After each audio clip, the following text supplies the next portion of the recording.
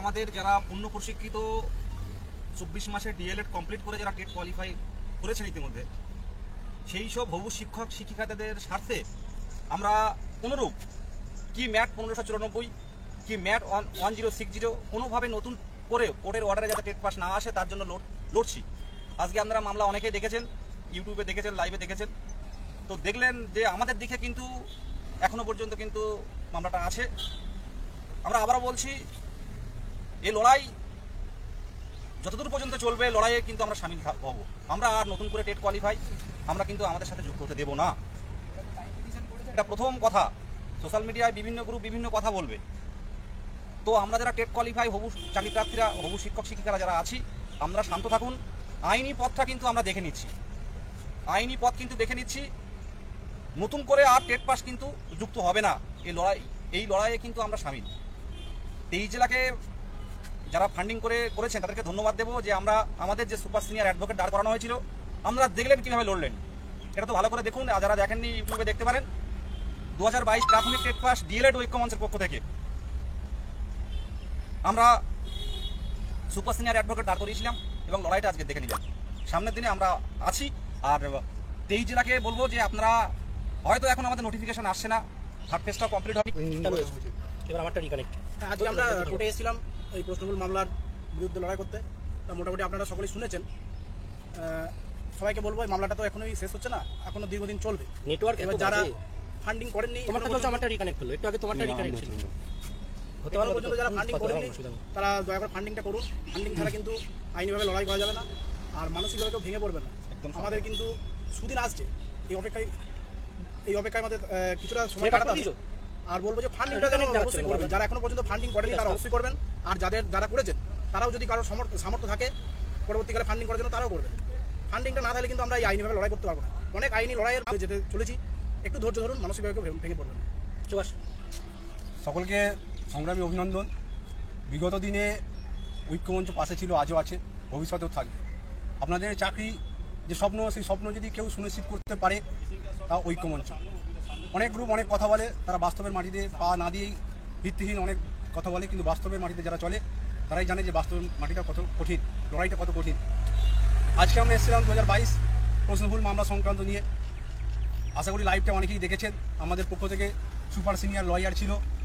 মামলাটা যতদূর পরিস্থিতি আমাদের পক্ষেই আছে, তাই মামলাগুলো চালানোর জন্য যে পর্যাপ্ত ফান্ডিং, সেই পর্যাপ্ত ফান্ডিং এখন আমাদের হাতে নেই।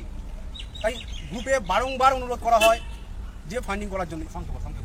সকলকে অনুরোধ করছি আপনারা অবিলম্বে ফান্ডিংটা করুন এবং পাশে থাকুন। কিছুদিনের মধ্যেই আমাদের আন্দোলনের কর্মসূচি ঘোষণা করা হবে, সবাই আন্দোলনে আসবেন আর ভেঙে পড়বেন। আজকে প্রত্যেকেই দেখলেন যে আমাদের 2022 স্টেট পাসের যে প্রশ্নভুল মামলা, সেখানে কিন্তু আমরা ভালোভাবেই লড়েছি।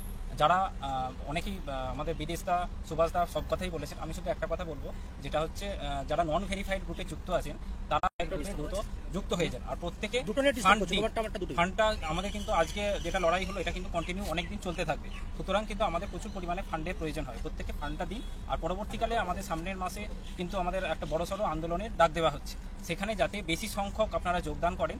ভ্যাকেন্সির জন্য কিন্তু আমাদের এবার লড়তে হবে। প্রত্যেকে রাস্তায় নামুন, ফান্ড দিন। সবচেয়ে বড় কথা, পঞ্চম শ্রেণীর কিন্তু অন্তর্ভুক্তের কাজ কিন্তু শুরু হয়েছে প্রাথমিকে, আপনারা জানেন। আর যারা বিচ্ছিন্নভাবে বিভিন্ন গ্রুপে আছেন, বিশেষ করে 21 ব্যাচকে বলবো, আরে ভাই তোরা যেভাবে গ্রুপবাজি করছিস বাইরে বিভিন্ন গ্রুপে, আমি একটা কথা বলবো, মার্চ মাস থেকে রেজাল্ট আউটের পর থেকে কিন্তু বসে নেই। আজকে 22 স্টেটটার প্রত্যেকটা মানুষ একমাত্র চেনে এই ঐক্যমঞ্চের কর্মসূচির কারণে। প্রত্যেকটা চ্যানেল জানে ঐক্যমঞ্চের কর্মসূচির কারণে, প্রত্যেকটা মন্ত্রীরা জানে ঐক্যমঞ্চের কর্মসূচির কারণে, প্রত্যেকটা ডিপিএসসিরা জানে ঐক্যমঞ্চের কর্মসূচির কারণে। আজকে পঞ্চম শ্রেণী ইনক্লুড হচ্ছে, এই সুবিধা কি যারা গ্রুপে নেই তারা পাবে না? 21-23 পাবে না? আজকে বিএড এর সার্টিফিকেট বাতিল হবে আগামী দিনে, সেই সুবিধা কি আপনারা পাবেন না? আজকে শূন্যপাত তৈরি হবে আন্দোলনের ভিত্তিতে, বারবার পশ্চাতে গেছি আমরা, তার সুবিধা কি আপনারা পাবেন না? 21-23-কে বলবো যে কিছু কিছু গ্রুপ খুলে সেখানে কন্ট্রোভার্সি তৈরি করা, আর যারা মানে মাথার ঘাম পায়ে পড়ছে, যারা দিনের সাথে কাজ করছে, তাদের নামে বিভিন্ন কন্ট্রোভার্সিমূলক কথা বলা, এগুলো যারা সাধারণ চাকরি প্রার্থীরা আছেন তারা বুঝে নিন। পরিষ্কারভাবে বলছি, প্রত্যেকটা কর্মসূচি যারা টেট পাস আছে, আর আমরা যারা গ্রুপে বিভিন্ন গ্রুপে ছড়িয়ে ছিটিয়ে আছেন, আমি পরিষ্কারভাবে বলছি যে যে কাজগুলো হচ্ছে সে কাজগুলো প্রত্যেকেই কিন্তু সার্বিক স্বার্থে হচ্ছে, প্রত্যেকটা কাজ। কি পঞ্চম শ্রেণী, কি বিএড এর সার্টিফিকেট বাতিল, আরে ম্যাটের কথা বলি, ম্যাট 1594 যেটা আছে 1594 2000 মানে 14 সালের প্রশ্নভুল মামলায় 6 নম্বর করে দিয়ে নতুন করে রেজাল্ট আউট করবে। এই রেজাল্টটা দিলে কি হতে পারে, কি হতে পারে নিজের কাছে প্রশ্ন করুন, কোনো গ্রুপবাজি নয়। এই রেজাল্টটা আটকে দিয়েছি আমরা, 2 মাসের জন্য আটকে দিয়েছি, সামনের দিনে কিন্তু আসছে। এরপরে কিন্তু ফান্ডিং না হলে পুরো ছেড়ে দেবো, যা হবে। এখানে প্রত্যক্ষভাবে সবার স্বার্থ জড়িয়ে রয়েছে। আজকে 22-এর জন্য আসতে হলো কেন এই রোদে? এই রোদে বারে বারে আসতে হচ্ছে কেন আমাদের? 22-এর প্রশ্নমূল মামলা আটকাতে হচ্ছে কেন? তার কারণ এটা না আটকালে আবার মানে আমাদের মানে কম্পিটিশনটা বেড়ে যাবে। 14 1 লক্ষ পাস করবে। আপনারা ইউটিউবে দেখুন বিগত দিনের যে পশ্চাৎ আইনজীবী কি বলেছে, 1594 মামলায় ডিভিশন বেঞ্চ সেখানে বলেছে কত পাস করতে পারে, সেখানে বলা হয়েছে 1 লক্ষর কাছাকাছি পাস করতে পারে 2014 সালে 6 নাম্বার করে দিলে সবাইকে। তো 1 লক্ষ পাস করলে আমাদের কোনো চিহ্ন থাকবে? আর সুপ্রিম কোর্টে গেলে আপনারা তো জানেন কতটা খরচ হয়। যারা কাজ করছে তারা জানে, আমাদের সাথে 99.5% ক্যান্ডিডেটরা আছে যারা জানে, তারা কিন্তু ঐক্যমঞ্চের সাথে আছে এবং প্রত্যেকটা গ্রুপে যুক্ত হচ্ছে। আমি তাদেরকে বলছি, যারা অন্যান্য ছোট একটা হোয়াটসঅ্যাপ গ্রুপ খুলে বিশাল বৃহত্তর কাজ করছে, বাড়ি বসে